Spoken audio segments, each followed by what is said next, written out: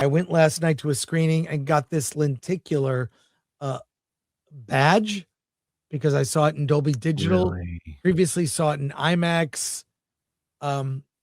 Let's talk about the film. We've both seen it. You saw it at a special screening. We were not going to talk about it. Let's talk about spoilers. And you know what? There's not much to talk about Yeah. because the movie ends in the almost the same way that Way of Water ends, with nothing resolved and only one conflict in the film is kind of interesting, and it goes nowhere. And that's the character of Spider, the human who has to wear an air mask to breathe on Pandora through a set of completely dumb circumstances, basically brought back to life by Awa, is able to breathe the air on Pandora, which makes him a valuable asset to humans, because if they can backwards engineer why he's able to breathe on Pandora, then all humans can breathe on Pandora.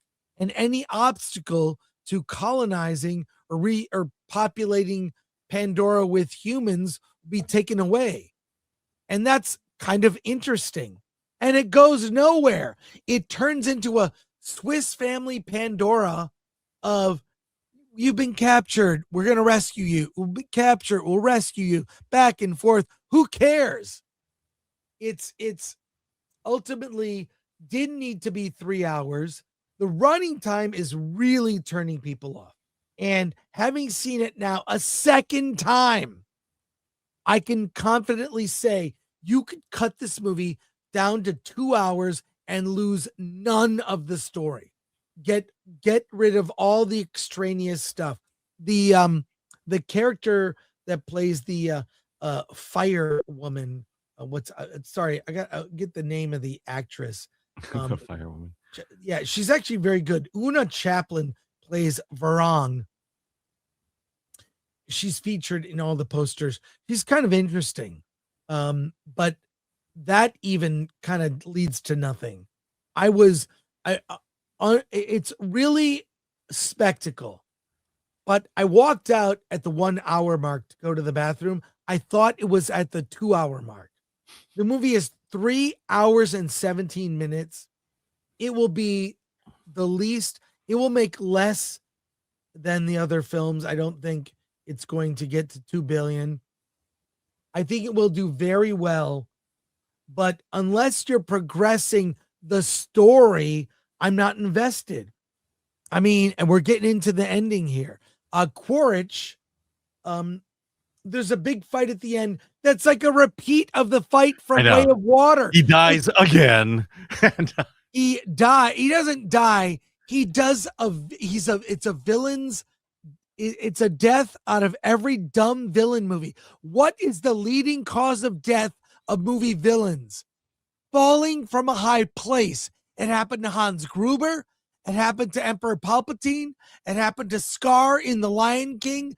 Villains don't die. They fall into the abyss where they might return. And that happens to Miles Quaritch at the end of this. He does it himself. He just drops off into the abyss because he's coming back, of course, or Cameron ends the trilogy here and that's it. Which he could do.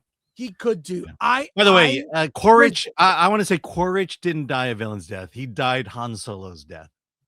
Yes, Han Solo, who's not a villain, got a villain's death, which is, to me, bullshit, but whatever. Look, I it was even more disappointing. And by the way, I couldn't watch. I got bored. I got bored. This is a movie that I'm not encouraging people to pull out their phones when they go see the movie, but I wouldn't be upset if you did, because then it means I can pull out my phone.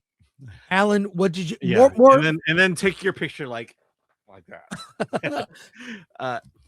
Okay, so I didn't hate the movie. I actually liked the movie, but I am not eager to see it again like I did the last one, The Way of Water. Yeah. I'm going to see it again because I saw it on a traditional screen. I kind of want to see it on a large screen in 3D, which is literally if I had seen it on a large screen in 3D, I wouldn't be seeing this movie again. The first two movies, the reason why people like the first two movies was because of the immersive, expansive world building that was going on. It certainly happened in the first movie, which was presenting Pandora, and you got an idea of it. And the second one, you went to the water and you saw that world kind of blow up, and so you're being brought back into Pandora in a beautiful, grand way. And this one removes all of that. Um, and and I think to me the most interesting stories in it was Kiri and Spire for both of them. That's the one I was kind of drawn to. I think those stories, especially the decision Jake has to make at the end, because basically, Jake and Natiri say that because Spider can breathe, they're going to dissect him, and that's going to allow other humans to come and live. And the choice they both ultimately come to is we have to kill Spider. Yeah. And to me that was okay. I mean, I understand people don't like it when invaders come and they invade their land, they live in their borders, and then they ransack their resources like convenience stores. And it's weird, the messaging, because the messaging about illegal invaders is kind of Oh my God. little, people really pick that up. And but the thing is, there's that third story with Loak, who is feeling guilty because he is the cause of the death of his brother. Right. And I'm like, okay, that's the least interesting of the stories. And in Way of Water, there's this grand battle to save the whales of Pandora, and they repeat it here. It's bigger, it's grander, and for some reason, it's less interesting than the first time we saw it. Yeah, the stakes aren't as high. Look, the biggest flaw here, they didn't advance a larger story that anyone cared about. And they spent so much time mourning the brother in the first third of the movie, which I give them credit, like stakes and characters matter, but come on, like there needs to be some bigger story being told about Earth. And the thing I liked about the first two Avatar films is they felt otherworldly. I felt like I was transported to a different place.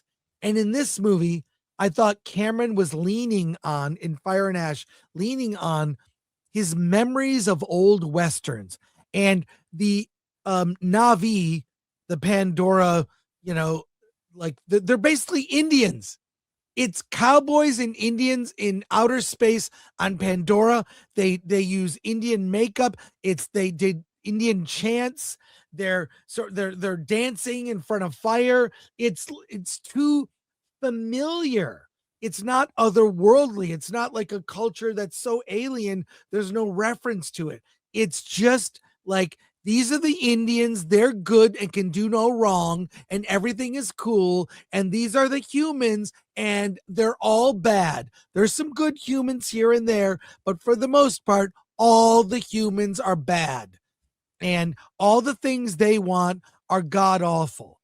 And they have no respect for the environment. Yeah, well, let's just say that's a James Cameron story. It's in all of his movies.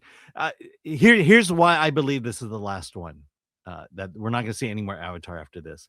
This movie felt like he was just tired, sick and tired of the franchise, and the idea that he has to do 3 or 4 more after this was like, I don't want to do 3 or more after this. It definitely felt like he was just burnt out, and this is what he managed to get on screen. Well, this is also kind of reminds me like of the Terminator franchise. There hasn't been a good third film in the franchise for Terminator. There hasn't. And they keep trying to make a third Terminator movie and failing. And this James Cameron, you ask him to do it twice, he'll do it great. Ask him for a third round, he will disappoint. And that's what this is. Yeah. A disappointment. Well, I'd tell you why this movie had to be made, because after watching the documentary of how Way of Water was made, he had spent so much money on the technology, he needed a third movie to help cover the cost of the second movie. Yes, that's right. That documentary, which I guess is on Disney Plus, Yeah. about how they made It's an the- incredible documentary. If It was. love filmmaking and special effects, watch that documentary. the documentary was better than the movie, in my opinion. About Avatar, Fire and Ash. It's actually about the making of Avatar, Way of Water, and Fire and Ash. But there are 2 other films in the Avatar franchise, and will they? It has to go to an interesting place. It has to go to an interesting place. And What?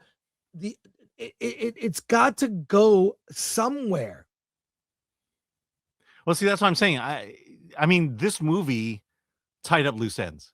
You could literally end it here. Well, And you I have don't a complete, satisfying story. Trilogy. Yes. I want to see what the other films. Yeah. But the thing is it's not like they left you on a cliffhanger. You know, oh no, where's the Sully family gonna go next?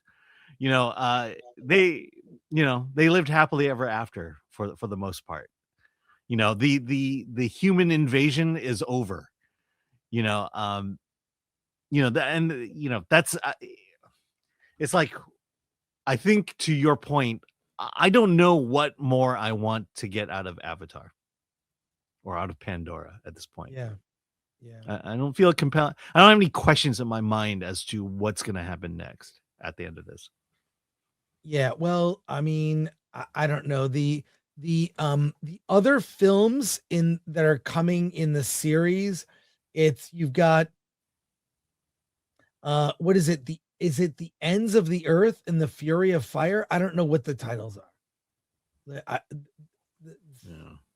mean, there have been rumors of what they are. It's here, I found it. I found the graphic I want to show you. So this graphic shows what the other films are and their proposed release dates. We're not going to make it. We're not going to make it here. But let me just show you this as we end on this. This is what was the upcoming sequels. It's the Seed Bearer was that was supposed to be this one. Fire and Ash was supposed to be the Seed Bearer.